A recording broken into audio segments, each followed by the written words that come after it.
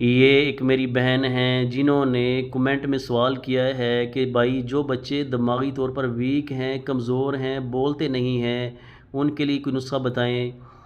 वो बच्चे, वो बच्चियां जो दिमागी तौर पर कमज़ोर हैं, वीक हैं, बोलते नहीं हैं, दिमाग के पट्टे कमज़ोर हैं, याददाश्त की कमज़ोरी है, इंशाल्लाह बहुत ही आला क्वालिटी का नुस्खा आपके सामने शेयर करने जा रहा हूँ। इसके इस्तेमाल से दिमागी पट्टे मज़बूत होंगे, याददाश्त तेज़ होगी और बच्चे बोलेंगे भी।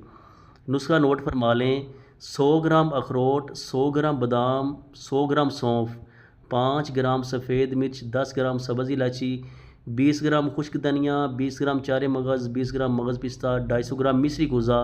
इन तमाम अज्जा को पीस कर इनका पाउडर तैयार कर लें, सफ़ूफ तैयार कर लें। रोज़ाना एक टाइम आपने छोटा चम्मच चाय वाला, प्लास्टिक वाला टीस्पून आपने दूध के साथ देना है बच्चे को। इंशाल्लाह इसके इस्तेमाल से दिमागी पट्टे मज़बूत होंगे, याददाश्त तेज़ होगी और इंशाल्लाह हड्डियाँ पट्टे मज़बूत